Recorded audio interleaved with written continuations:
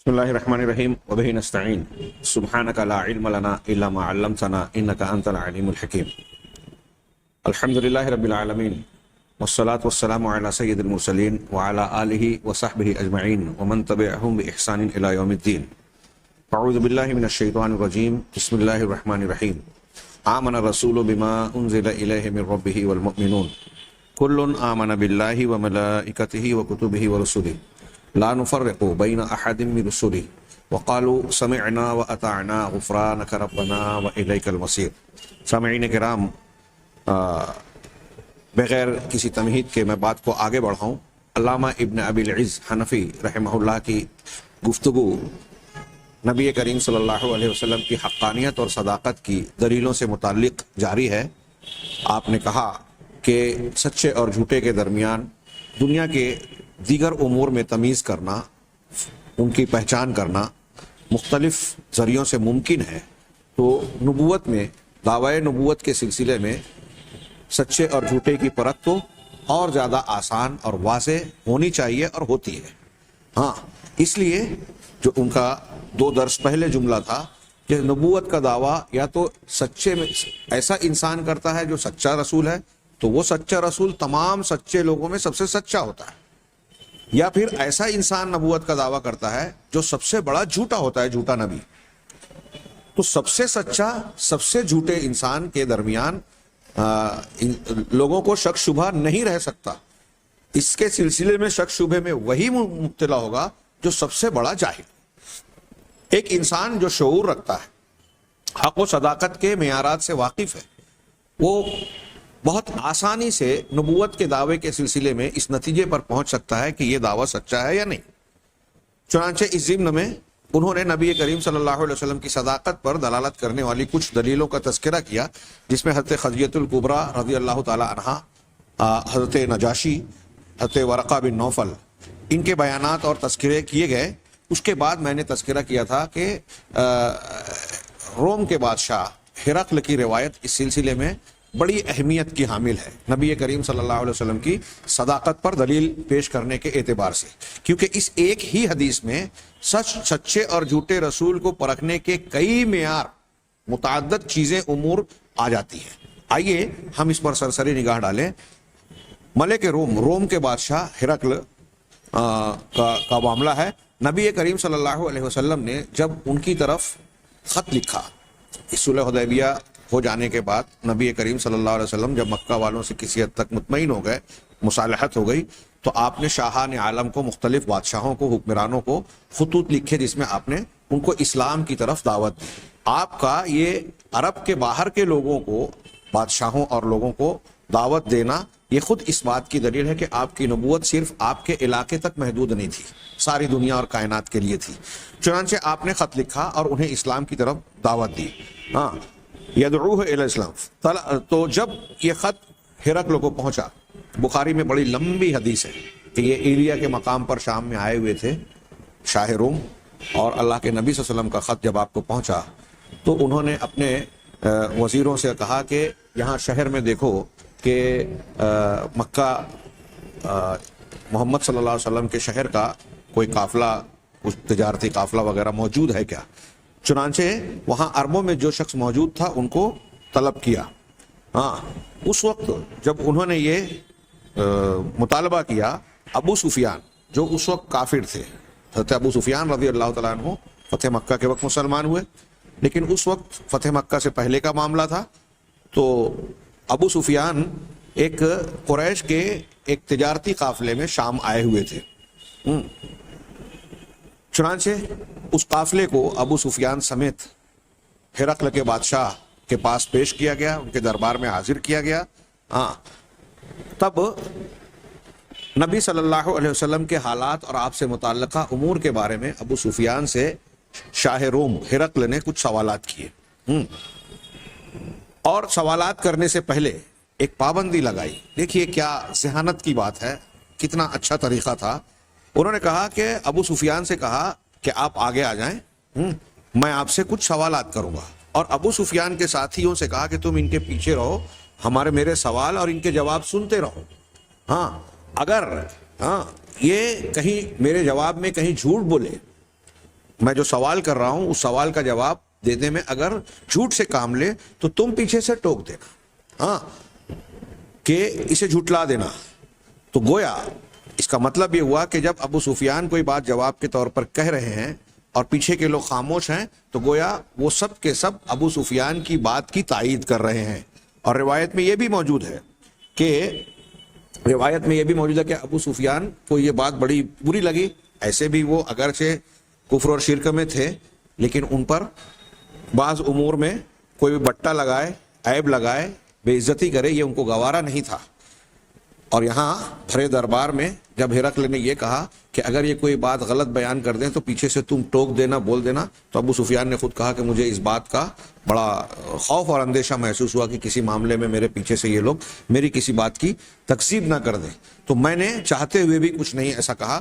آگے چل کے انہوں نے کہا کہ ایک جگہ جو ایک آدھ جملہ جو ہے میں نے تبصرے کے طور پر ایک جملہ میں کہہ سکا، کوئی بات غلط میں نے بیان نہیں کی۔ تو یہ ابو سفیان کی بھی شہادت ہوئی، ان کے پیچھے رہنے والے لوگوں کی بھی تصدیق ہوئی کہ جو کچھ وہ نبی کریم صلی اللہ علیہ وسلم کے سلسلے میں بیان کر رہے ہیں وہ بالکل سچی ہے۔ گویا دوسرے لفظوں میں یہ کہنا چاہیے کہ اس وقت یہ سب کافر تھے، یہ کافروں کی طرف سے رسول اللہ صلی اللہ علیہ وسلم کی شان میں گویا جو ہے تائید اور توثیق کی حیثیت رکھتی ہے۔ اور ہرقل جو سوال کرنے والے ہیں وہ بھی اس وقت کافر ہی ہیں، اور کافر ہی تھے، نصرانی تھے، وقت کے بادشاہ۔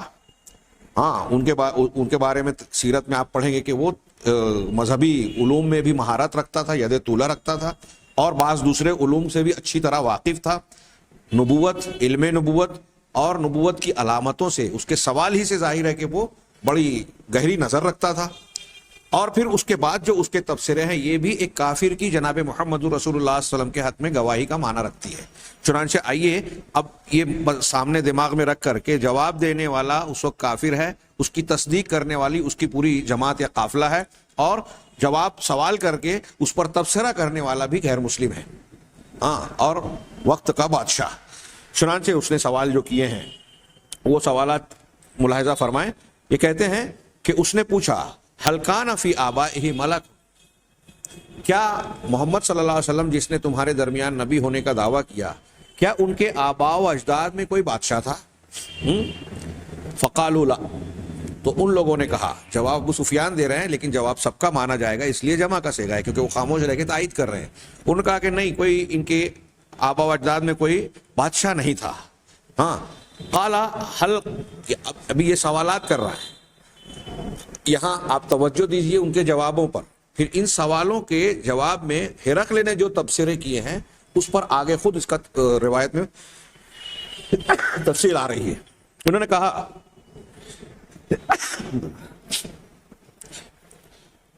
هل قال هذا القول احد قبله، کیا یہ بات جو محمد صلی اللہ علیہ وسلم کہہ رہے ہیں، نبوت کا دعویٰ کر رہے ہیں، ان سے پہلے تم لوگوں کے درمیان کسی اور نے بھی اس قسم کا دعویٰ کیا ہے؟ انہوں نے جواب دیا کہ نہیں، کسی اور نے یہ دعویٰ نہیں کیا۔ پھر اس نے ہرقل نے سوال کیا اہوا ذو نسب فیکم، کیا وہ تمہارے درمیان اچھے نسب والے ہیں، یعنی اچھے نسب جو جن کا مقام مرتبہ ہو، اثر رسوخ ہو، جو اچھے خاندان کے جانے جاتے ہوں، کیا وہ تمہارے درمیان اچھے نسب والے، اونچے نسب والے ہیں؟ تو انہوں نے کہا نعم، ہاں۔ وَسَأَلَهُمْ هَلْ كُنْتُمْ تَتَّهِمُونَهُ بِالْكَذِبِ قَبْلَ أَنْ يَقُولَ مَا قَالَ، کیا ان کے اس قول اور دعوے سے جو انہوں نے کہا، جو دعویٰ کیا، اس سے پہلے کیا ایسا تھا کہ تم لوگ اس شخص کو کبھی جھوٹ سے متہم کرتے ہو، کبھی تم نے کہا ہو کہ اس نے کسی معاملے میں جھوٹ بولا ہو؟ تو لوگوں نے کہا نہیں۔ غور کیجئے، یہ جو مشرکین مکہ اللہ کے نبی صلی اللہ علیہ وسلم سے اس وقت نفرت رکھتے تھے، حالت جنگ میں تھے، اس وقت آپ کی صلح ہو گئی تھی لیکن مخالفت تو تھی، ہاں، لیکن آپ کی نفرت رکھتے تھے، اور آپ کے بارے میں جو باتیں کہہ رہے ہیں کہ نسب والے تھے، یہ سب کسی انسان کو پرکھنے کے معیار، اور خاص طور سے نبی کو پرکھنے کے معیار کے طور پر جو آگے ہرقل نے خود تبصرہ کیا کہ کیا تم نے کبھی جھوٹ سے متہم ان کو کیا؟ تو انہوں نے کہا نہیں، ہاں۔ پھر آگے انہوں نے سوال کیا، جواب دیا کہ نہیں، ما جربنا علیہ کذبا، ہم نے ان پر کبھی جھوٹ کا تجربہ نہیں کیا۔ وسألهم، ہرقل نے پوچھا، هل اتبعه ضعفاء الناس ام اشرافهم، اس کی اتباع کرنے والے، اس کے پیچھے بات اس کی بات کو ماننے والے لوگوں میں کمزور لوگ ہیں، ضعفاء ہیں، یا شریف اور بڑے لوگ ہیں؟ لوگوں نے کہا فذکروا ان الضعفاء اتبعوه، انہوں نے یہ بیان کیا جواباً کہ کمزور لوگوں نے ان کی اتباع کی ہے، ہاں جو غلام ہیں، کمزور ہیں، ایسے لوگوں نے۔ ہرقل نے سوال کیا هل یزیدون ام ینقصون، کہ وہ بڑھ رہے ہیں یا کم ہو رہے ہیں؟ یعنی ایک تعداد بن گئی، اس کے بعد کہیں ایسا ہوتا ہے کیا کہ نبی کریم صلی اللہ علیہ وسلم کو ماننے کے بعد ان کا ساتھ چھوڑ دیا، ہاں اسلام سے واپس پھر گئے لوگ، پھر سے اپنے پرانے مذہب میں چلے گئے، یا ایسا ہو رہا ہے کہ دن بدن ان کی تعداد بڑھتی جا رہی ہے؟ تو انہوں نے بتایا انہم یزیدون، کہ وہ بڑھتے جا رہے ہیں، اضافہ ہو رہا ہے۔ وسألہم، پھر ہرقل نے پوچھا هل يرجع احد منهم عن دینہ سخطۃ لہ بعد ان يدخل فیہ، ایک تو پہلے بڑھنے والی بات ہوئی، دوسری بات یہ الگ سے ایک پوچھی جو میں نے تشریحاً کہہ دی تھی کہ کیا ان میں سے کوئی ایسا انسان ہے جو اس کے دین میں داخل ہونے کے بعد اس کو ناپسند کرتے ہوئے، ناراض ہو کر اپنے دین میں واپس لوٹ آتا ہو اس دین کو چھوڑ کر؟ تو لوگوں نے کہا کہ نہیں، ایسا نہیں ہوتا۔ پھر اس نے ہرقل نے سوال کیا هل قاتلتموہ، کیا تم نے کبھی اس سے مقابلہ یا جنگ کی ہے؟ قالوا نعم، تو لوگوں نے کہا، ان لوگوں نے جواب دیا کہ ہاں۔ وسألہم عن الحرب بینہم وبینہ، تو پھر پوچھا کہ اس کے اور تمہارے درمیان جو جنگیں ہوئی اس کا معاملہ کیا ہوا؟ تو جواب یہ دیا کہ یدال علینا مرتن وندال علیہ مرتن اخرى، یعنی کبھی ہمارا پڑلا بھاری، کبھی ان کا پڑلا بھاری، یعنی کبھی انہوں نے ڈول ڈالا، کبھی ہم نے ڈول ڈالا۔ مطلب یہ ایک محاورہ ہے کہ کبھی ہم جیتے کبھی وہ جیتے، کبھی انہوں نے بازی ماری کبھی۔ یہ کہتے ہیں کہ بدر میں مسلمانوں کی واضح طور پر فتح ہوئی تھی، اور احد میں مسلمان پسپا ہو گئے، پورے طریقے سے شکست نہیں ہوئی تھی اصولاً، لیکن مسلمانوں کو نقصان اٹھانا پڑا تھا، فتح بھی نہیں ہوئی اور نقصان بھی ہوا، اور اس کو کچھ لوگ ہار اور شکست بھی کہتے ہیں، اگرچہ وہ اصولی طور پر جنگی اصولوں کی بنیاد پر پورے طریقے سے شکست نہیں تھی، ایک الگ بحث ہے۔ اس کو انہوں نے کہا کہ الحرب بیننا سجال، ہاں ہمارے درمیان جنگ، بعض روایتوں میں یہ لفظ بھی ہے جو میں نے کہا کہ ہمارے درمیان جو ہے جنگ جو ہے ڈول کی طرح ہے، کبھی انہوں نے ڈالا کبھی ہم نے ڈالا، مطلب دونوں کبھی ایک مرتبہ کبھی انہوں نے بازی ماری کبھی ہم نے۔ پھر ہرقل نے پوچھا هل یغدر، کیا وہ غدر کرتا ہے، یعنی وعدہ خلافی، دھوکہ دہی سے کام لیتا ہے؟ یعنی محمد صلی اللہ علیہ وسلم کے بارے میں پوچھا کہ کیا وہ وعدہ خلافی یا عہد شکنی کرتے ہیں؟ تو انہوں نے بتایا انہ لا یغدر، نہیں، وہ عہد شکنی، دھوکہ دہی نہیں کرتے۔ پھر ہرقل نے سوال کیا بماذا یأمرکم، وہ کن باتوں کا حکم دیتے ہیں، ان کی تعلیمات کیا ہیں؟ تو انہوں نے جواب دیا یأمرنا ان نعبد اللہ وحدہ لا نشرک بہ شیئا، وہ ہمیں حکم دیتے ہیں کہ ہم اکیلے اللہ کی ہی عبادت کریں، اس کے ساتھ کچھ بھی شرک نہ کریں۔ وینہانا عما کان یعبد آباؤنا، اور وہ ہمیں منع کرتے ہیں ان چیزوں کی عبادت کرنے سے جس کی ہمارے آباء و اجداد پرستش اور عبادت کیا کرتے تھے۔ ویأمرنا بالصلاۃ والصدق والعفاف والصلہ، اور وہ ہمیں نماز کا حکم دیتے ہیں، سچائی کا حکم دیتے ہیں کہ سچ بولو، سچائی پہ چلو، عفاف پاک دامنی کا، حرام سے، گندگی سے، کردار کی گندگی ہو، معاملات کی، لین دین کی گندگی سے بچ کر پاک دامنی اختیار کرو، والصلہ، اور صلہ رحمی یعنی رشتوں کو جوڑو، ان باتوں کا حکم دیتے ہیں۔ ہاں علامہ ابن ابی العز آگے کہہ رہے ہیں وَهَذِهِ أَكْثَرُ مِنْ 10 مسائل، یہ 10 سے زیادہ سوالات تھے، ہاں لگ بھگ 13 سوالات تھے۔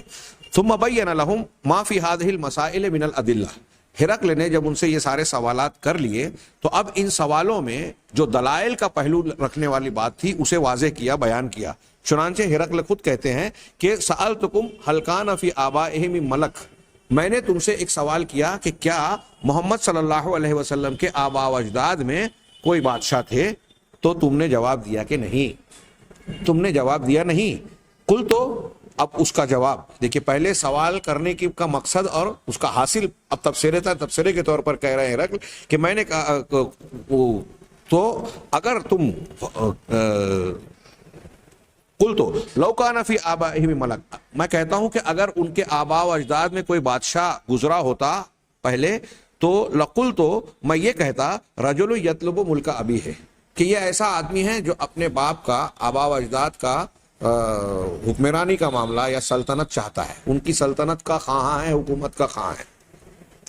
پہلی بات، محمد صلی اللہ علیہ وسلم نے نبوت کا دعویٰ کیا، ان کے باپ دادا میں کیا کوئی بادشاہ تھا، حکمراں تھا؟ جواب نہیں تھا۔ تبصرہ ہرقل کا کہ اگر کوئی بادشاہ ہوتا تو میں یہ کہتا کہ اپنے باپ دادا کی حکومت و سلطنت کو واپس اپنے ہاتھ میں حاصل کرنا اور لینا چاہتا ہے. تم نے کہا ایسا نہیں ہے تو یہ بات ختم ہو گئی. پھر دوسری بات کہی کہ وَسَأَلْتُكُمْ، میں نے تم سے سوال کیا کہ کیا اس سے پہلے تم میں سے کسی اور انسان نے بھی اس قسم کا دعویٰ کیا تو تم نے جواب دیا کہ نہیں. تو میں کہتا ہوں کہ لو قال هذا القول احد قبلہ، اگر اس سے پہلے کسی اور انسان نے یہ بات کہی ہوتی تو میں یہ کہتا کہ رجل ائتم بقول قیل قبلہ، کہ یہ ایسا آدمی ہے جس نے ایسے قول کی، ایسی بات کی پیروی کی ہے جو اس سے پہلے کہا جا چکا ہے.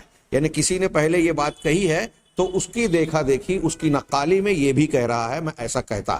لیکن تم ایسا بتا رہے ہو کہ تمہارے درمیان اس سے پہلے ایسی کوئی نظیر بھی نہیں ہے. پھر میں نے تم سے سوال کیا هل کنتم تتهمونه بالکذب قبل ان یقول ما قال، کہ کیا تم اس کو جو ہے اپنے دعویٰ پیش کرنے سے پہلے جھوٹ سے متہم کرتے تھے؟ تو تم نے یہ جواب دیا کہ نہیں، ہم نے ان پر کبھی جھوٹ کا تجربہ نہیں کیا. تو میں کہتا ہوں، تو میں یہ کہتا ہوں قد علمت، یہ بات میں جانتا ہوں کہ ایک شخص جو ایسا نہیں ہو سکتا کہ لوگوں کی بات چیت میں، دنیا کے معاملات میں تو جھوٹ کو چھوڑ کر رکھے، کبھی جھوٹ نہ بیلے، پھر ایسا کیسے ہو سکتا ہے کہ وہ اللہ پر جھوٹ باندھنے کی طرف چل پڑے. ہرقل کی باتیں کتنی قابل غور ہے. ہاں، یہ سچے نبی اور جھوٹے نبی کو پرکھنے کا ایک ایک جواب، ایک ایک سوال معیار ہے. ہرقل خود کہہ رہے ہیں کہ تم نے خود جواب دیا کہ تم نے کبھی ان پر جھوٹ کا تجربہ نہیں کیا. اگر وہ دنیا میں جھوٹ بولتا تو پھر قابل التفات ہی نہیں ہوتا. اب تم یہ کہہ رہے ہو کہ اس نے کبھی عام معاملات میں، دنیاوی امور میں بھی جھوٹ نہیں بولا. تو میں یہ کہہ رہا ہوں، ہرقل کہہ رہے ہیں کہ میں یہ کہہ رہا ہوں کہ ایک آدمی ایسا کیسے ہو سکتا ہے کہ دنیا کے معاملات میں تو لوگوں سے جھوٹ نہ بولے اور پھر اس کے بعد اچانک ایسا ہو جائے کہ وہ اللہ تبارک و تعالیٰ پر جھوٹ باندھ کر یہ کہنے لگے کہ میں نبی ہوں جبکہ وہ نہ ہو. اس کا مطلب وہ جھوٹ نہیں بول سکتا. ہاں، یہاں انہوں نے ایک جملہ میرے خیال سے چھوڑ دیا، اس پر تبصرے کو بھی تذکرہ شاید یہاں ذکر نہیں ہوا، روایت میں ہے موجود کہ میں نے تم سے سوال کیا تھا کہ کیا وہ تمہارے درمیان صاحب نسب ہے، تو تم نے کہا تھا ہاں. تو کہا کہ انبیاء، سچے رسول جو ہیں، ہرقل کا یہ تبصرہ ہے بخاری کی روایت میں کہ انبیاء کرام ایسے ہی اعلیٰ اور اونچے نسب میں مبعوث کیے جاتے ہیں. ہم اگلے درس میں جانیں گے کہ نبی کریم صلی اللہ علیہ وسلم کو اللہ تبارک و تعالیٰ نے ہر اعتبار سے اتنا مضبوط اور پختہ اور محفوظ رکھا کہ کسی بھی جانب سے کوئی انسان اگر غور کرنا چاہے تو نبی کریم صلی اللہ علیہ وسلم کی ذات، آپ کی شخصیت، آپ کی نبوت ہر اعتبار سے بالکل اعلیٰ مقام پر اور شکوک و شبہات سے بالا تر نظر آئے گی. تو ہم نسب اور آپ کے پیکر پر بھی انشاءاللہ اگلے دروس میں گفتگو کریں گے. یہاں اس روایت میں آگے بڑھتے ہیں کہ ہرقل کہتے ہیں کہ وَسَأَلْتُكُمْ أَضُعَفَاءُ النَّاسِ يَتَّبِعُونَهُ أَمْ أَشْرَافُهُمْ، میں نے تم سے سوال کیا کہ نبی کریم صلی اللہ علیہ وسلم کے اتباع کرنے والے کمزور لوگ ہیں یا شرفا ہیں، سردار لوگ ہیں. تو تم نے جواب دیا کہ ضعیف اور کمزور لوگوں نے ان کی اتباع کی ہے. تو میں کہتا ہوں کہ یہ ضعیف لوگ ہی دراصل رسولوں کے متبعین ہوتے ہیں. یعنی ابتدائی معاملات میں، تاریخ میں جب بھی کسی سچے نبی نے نبوت و رسالت کا دعویٰ پیش کیا اور لوگوں کو اللہ تعالیٰ کا پیغام پہنچانے کی کوشش کی تو عموماً ایسا ہی ہوا. ہرقل کہہ رہے ہیں کہ جو سچے رسول جب بھی گزرے تو ان کی دعوت کو ابتدائی زمانے میں وہی لوگ قبول کرتے ہیں جو سماج کے ٹوٹے پھوٹے یا کمزور لوگ کہلاتے ہیں. ہاں، میں نے تم سے یہ سوال کیا، ہرقل نے اس کے بعد کیا کہ میں نے تم سے ایک سوال یہ پوچھا کہ هل یزیدون ام ینقصون، کہ وہ بڑھتے ہیں یا گھٹتے ہیں، ان کی تعداد میں اضافہ ہوتا ہے یا وہ کم ہوتے ہیں. فقلتم بل یزیدون، تو تم نے کہا کہ نہیں، ہاں وہ بڑھ رہے ہیں. وَكَذَلِكَ الْإِيمَانُ حَتَّى يَتِمَّ، اور ایمان کا یہی معاملہ ہوتا ہے یہاں تک کہ وہ پورا ہو جاتا ہے. یہ حق کی ایک نشانی ہے، سچائی کی ایک نشانی ہے. آپ دنیا میں عمومی طور سے یہ بھی دیکھتے ہیں کہ غیر مسلم بھی کیا کہتے ہیں کہ اگر آج میڈیا میں کتنا جھوٹ بولا جاتا ہے، لیکن آپ دیکھ رہے ہیں کہ میڈیا ہی اعتبار کھو گئی. آج ہر کس و ناکس، اچھا چھوٹا بڑا، مسلمان غیر مسلم، سب یہ کہتے ہیں کہ میڈیا بکا ہوا ہے، لیڈر لا اعتبار ہیں، ان کے وعدے جھوٹے ہیں. تو جو لوگ جھوٹ بولنے کے عادی ہوتے ہیں یا جھوٹی باتیں کرتے ہیں، ہاں ان کی موافقت بڑھتی نہیں ہے. ان کے متبعین اس معنی میں کہ دل سے کوئی مانے کہ ہاں یہ سچے ہیں. تو سچائی کا معاملہ ایسا ہی ہوتا ہے. اور ایمان جو سچا ایمان ہے اس کا معاملہ ہرقل کہہ رہے ہیں کہ ایمان کا معاملہ ایسا ہی ہوتا ہے کیونکہ یہ دنیا کی سب سے بڑی صداقت ہے, اللہ تبارک و تعالیٰ کی نازل کی ہوئی فطری ہدایت ہے, لہٰذا اس کا معاملہ بھی کمال کو پہنچتا ہے, یعنی یہ اضافہ ہوتا ہے, اس میں کمتری نہیں ہوتی. پھر میں نے تم سے سوال کیا کہ کیا ان میں سے کوئی شخص اس دین سے مرتد ہوتا ہے, پلٹتا ہے کیا, ناراض ہو کر اس میں داخل ہونے کے بعد جو محمد صلی اللہ علیہ وسلم پیش کر رہے ہیں, یعنی اسلام کو قبول کرنے کے بعد اسلام سے پیچھے ہٹتا ہے کیا, ارتداد اختیار کرتا ہے کیا؟ میں نے تم سے پوچھا تو تم نے کہا کہ نہیں. تو جواب میں ہرقل نے کہا وَكَذَلِكَ الْإِيمَانُ اذا خالطت بشاشت القلب قلوب لا يسخطه احد, کہ ایمان کا معاملہ ایسا ہی ہوتا ہے جب ایمان دل کی بشاشت حاصل ہو جاتی ہے تو پھر کوئی انسان اس کو ناپسند نہیں کرتا.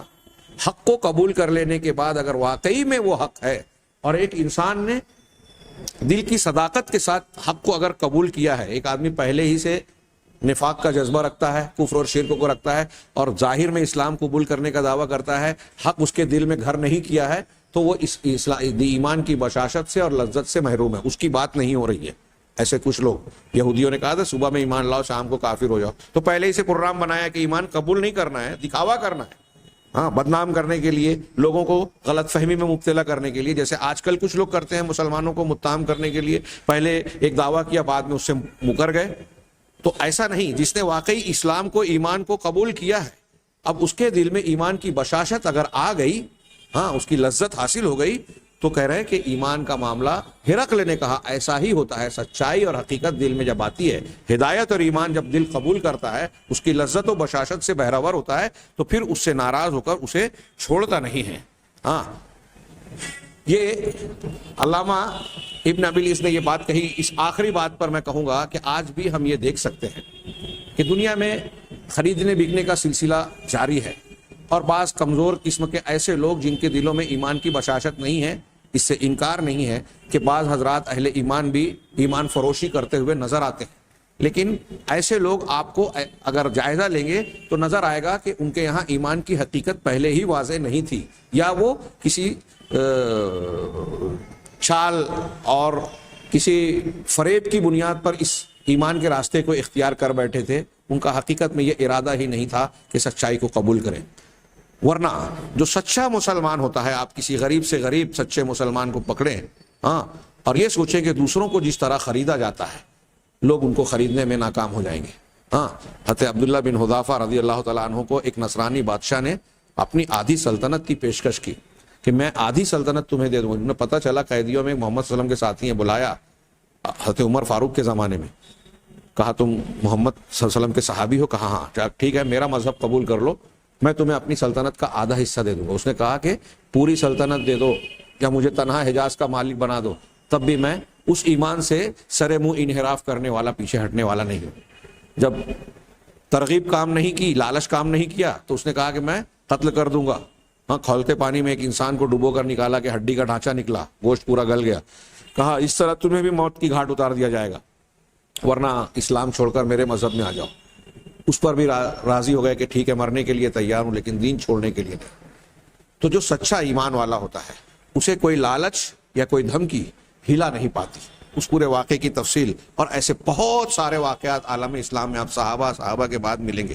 آج کے گئے گزرے زمانے میں, یعنی گئے گزرے اس معنی میں کہ مسلمانوں میں بڑی کمزوریاں پائی جاتی ہیں, لیکن جو سچا مسلمان ہے وہ آپ کو حق قبول کرنے کے بعد حق سے پھرنے والا نہیں نظر آئے گا.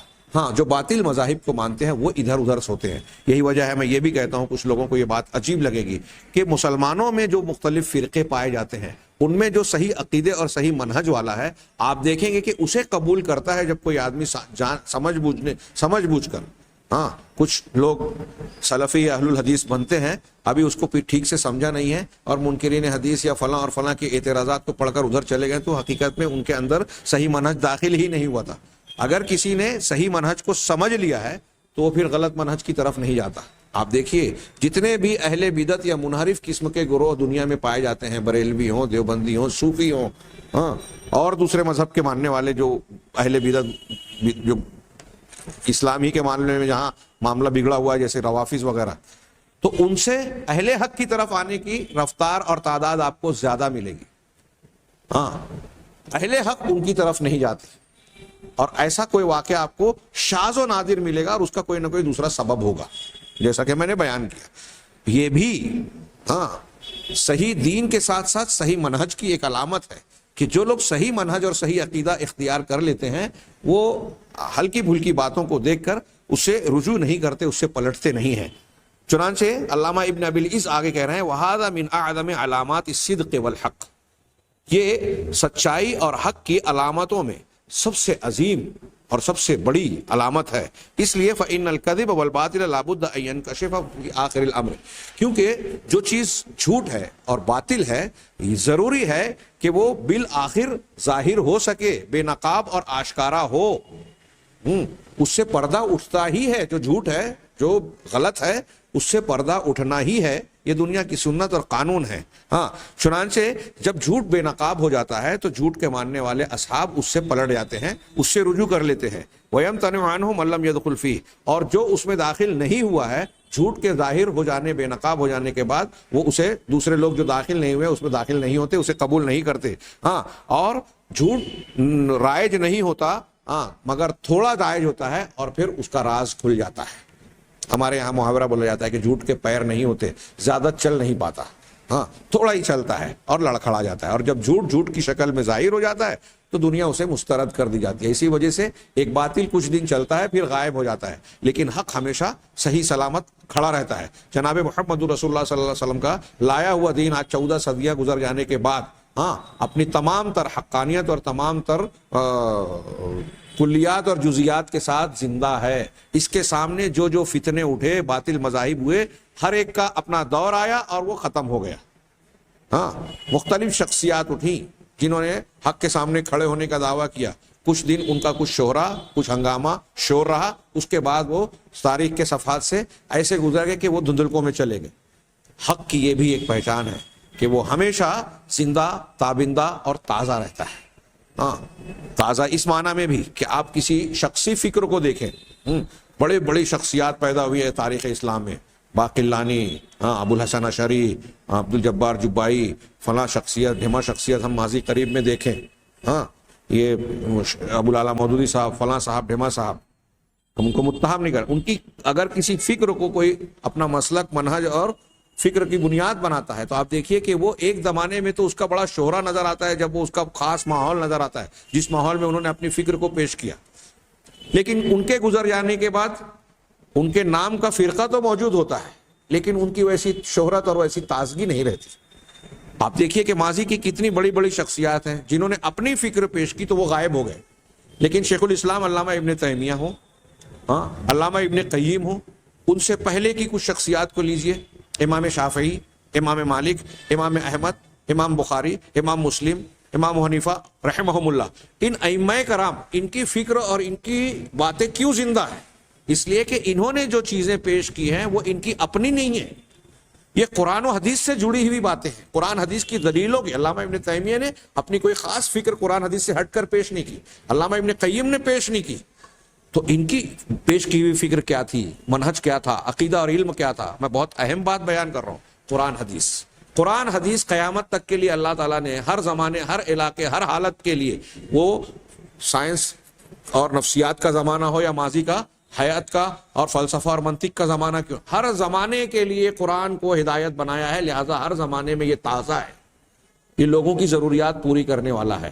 لیکن آپ کسی اور فلسفے اور فکر کو لیں گے تو کچھ دنوں تک چلے گا، پھر وہ تازگی اس میں نہیں رہے گی، اس کے اندر باسی پن آنا ہی ہے، جو قرآن حدیث سے ہٹ کر کوئی فکر ہوگی۔ تھوڑی سی بات کو میں نے اگرچہ پھیلا دیا، لیکن جناب محمد رسول اللہ صلی اللہ علیہ وسلم کی صداقت اور حقانیت میں کہ بہت ساری تاریخی شخصیات بھی اٹھی چلی گئی، سامنے آئی، لوگوں نے جانا پہچانا، ان کے قائل ہوئے، ان کی عقیدت کے حلقے میں شریک ہوئے، پھر ان کا وہ معاملہ نہیں رہا۔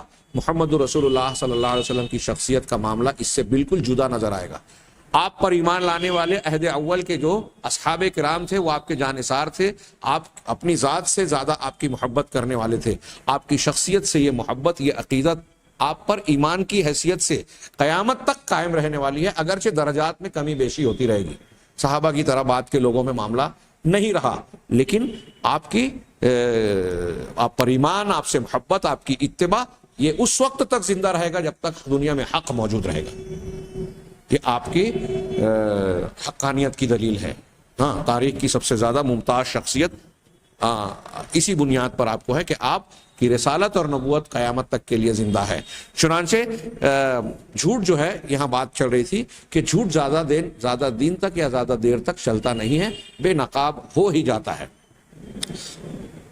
آگے وہ سوال کر رہے ہیں، آگے اس کے سوال پر اور تبصرہ کیا کہ ہرقل نے کہا کہ میں نے تم سے پوچھا کہ تمہارے اور ان کے درمیان جنگ کا کیا معاملہ ہوتا ہے، تو تم نے کہا انہا دول، یہ ایک دوسرے کے کیا بولیں گے کہ ایک دوسرے کے مقابل میں برابر سرابر چلتی ہے، کبھی ہمارے حق میں کبھی ان کے حق میں.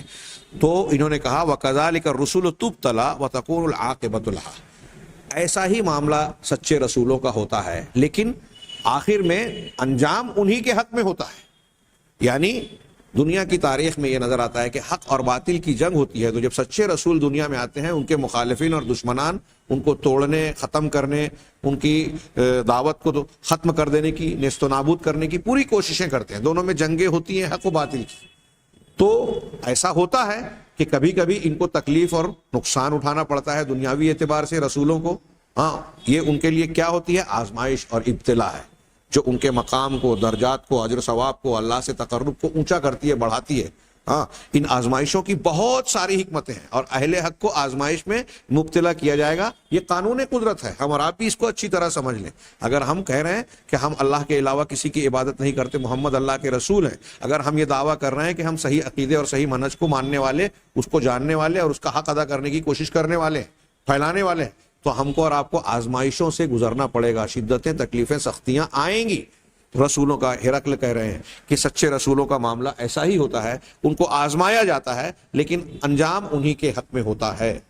پچھلے رسولوں کا بھی معاملہ ہوا اور ان کا بھی ہوا. جب انہیں نقصان ہوا، جنگ میں شکست ہوئی، تو یہ آزمائش تھی. فتح ہوئی تو اللہ کی مدد سامنے کھل کر سامنے آئی، اور وہ آزمائشوں میں بھی اللہ کی مدد دیکھی جا سکتی ہے. میں نے تم سے سوال کیا، ہرقل نے کہا کہ حل یغدروا، ہاں، کیا وہ دھوکہ دیتے ہیں، غداری کرتے ہیں، عہد شکنی کرتے ہیں؟ تم نے کہا نہیں. تو ہرقل نے کہا وَكَذَلِكَ الرُّسُلُ لَا تَغْدِرُوا، رسول ایسے ہی ہوتے ہیں جو دھوکہ دہی سے کام نہیں لیتے، کبھی دھوکہ نہیں دیتے. آج دنیا کے جتنے بڑے بڑے حکومتیں ہیں، کمپنیاں ہیں، انسان ہیں، بڑی شخصیات ہیں، ہاں، وہ اس کو فن مانتے ہیں کہ اپنا فائدہ حاصل کرنے کے لیے، مفادات کے حصول کے لیے، ہاں، ہم جھوٹ بولے، جھوٹ سے کام لے لیں.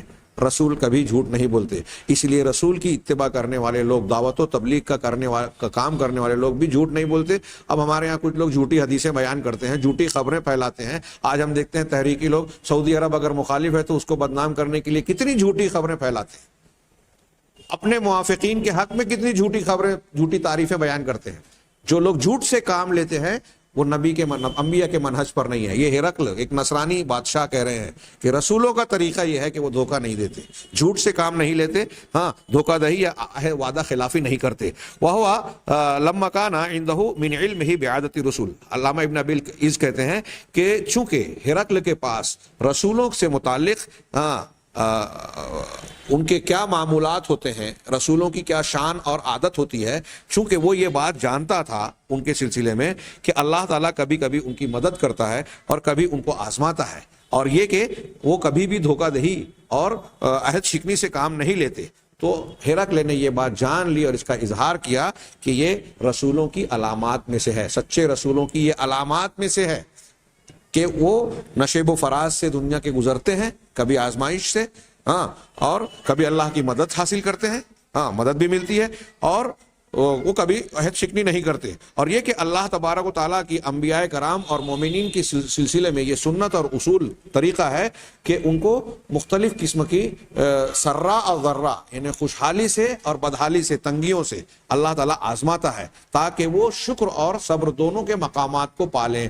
جب خوشحالی اور کامیابی ملتی ہے تو مقام شکر کا اظہار کرتے ہیں، جب ان کو اس ابتلا، آزمائش، مشقت و تکلیف سے گزرنا پڑتا ہے تو مقام صبر کا اظہار ہوتا ہے اور اس کو ثابت کرتے ہیں. اسی طریقے سے صحیح میں یہاں نقل کیا، جیسا کہ اللہ کے نبی صلی اللہ علیہ وسلم کی صحیح روایت ہے، ہاں، بخاری مسلم وغیرہ کی، کہ آپ نے فرمایا والذی نفسی بیدہ، اس ذات کی قسم جس کے ہاتھ میں میری جان ہے، لا یقضی اللہ للمؤمن قضاء الا کان خیر لہ، کہ اللہ تعالیٰ مومن کے لیے کوئی بھی فیصلہ کرتا ہے تو وہ اس کے لیے خیر ہی ہوتا ہے، اور یہ مومن کے علاوہ کسی اور کی شان نہیں ہوتی. وَلَيْسَ ذَلِكَ لِأَحَدٍ إِلَّا لِلْمُؤْمِنِ إِذَا أَصَابَتْهُ سَرَّاء شکرا، جب اسے کوئی خوشی یا خوشحالی لاحق ہوتی ہے تو وہ اللہ کا شکر ادا کرتا ہے اور یہ اس کے لیے بہتر ہے، اور جب اسے کوئی مصیبت اور تکلیف لاحق ہوتی ہے تو وہ صبر کرتا ہے اور یہ صبر بھی اس کے لیے بہتر ہوتا ہے۔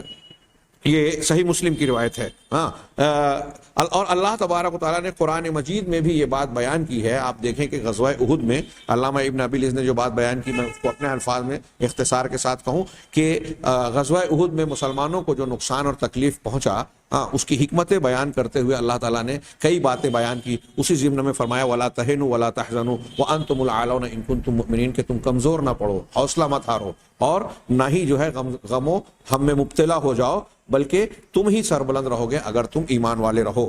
ہاں، اس کے علاوہ آگے کی آیتیں پڑھیں کہ اللہ تعالیٰ نے جو مسلمانوں کو احد میں تکالیف سے دوچار فرمایا، ہاں، اس کی کیا حکمتیں ہیں، کیا مصلحتیں ہیں، اور اس کے کیا اچھے نتائج برآمد ہونے والے ہیں۔ اس طرح اللہ نے فرمایا الف لام میم احسب الناس، کیا لوگ یہ سمجھتے ہیں ان یترکوا، کہ انہیں چھوڑ دیا جائے گا صرف اس دعوے پر ان یقولوا آمنا، کہ ہم نے ایمان لے آیا، یہ دعویٰ کرنے پر وہم لا یفتنون، اور ان کو آزمایا نہیں جائے گا۔ ہاں، یہ آیتیں بھی سامنے رکھی جائے تو ان بنیادوں پر جو ہے ہرقل نے کہا کہ انبیاء کرام علیہ الصلوۃ والسلام کے ساتھ زندگی کے نشیب و فراز آتے ہیں۔ اس کے تبصرے کی دو چار باتیں اور بھی باقی ہیں۔ میری توقع تھی کہ آج کے درس میں اس پوری بات کو سمیٹ دیا جائے، لیکن وقت نہیں بچا، لہٰذا ہم اگلے درس میں بقیہ باتوں کا تذکرہ انشاءاللہ کریں گے۔ اللہ تعالی ہمیں ہدایت سے نوازے۔ وآخر دعوانا الحمد للہ رب العالمین۔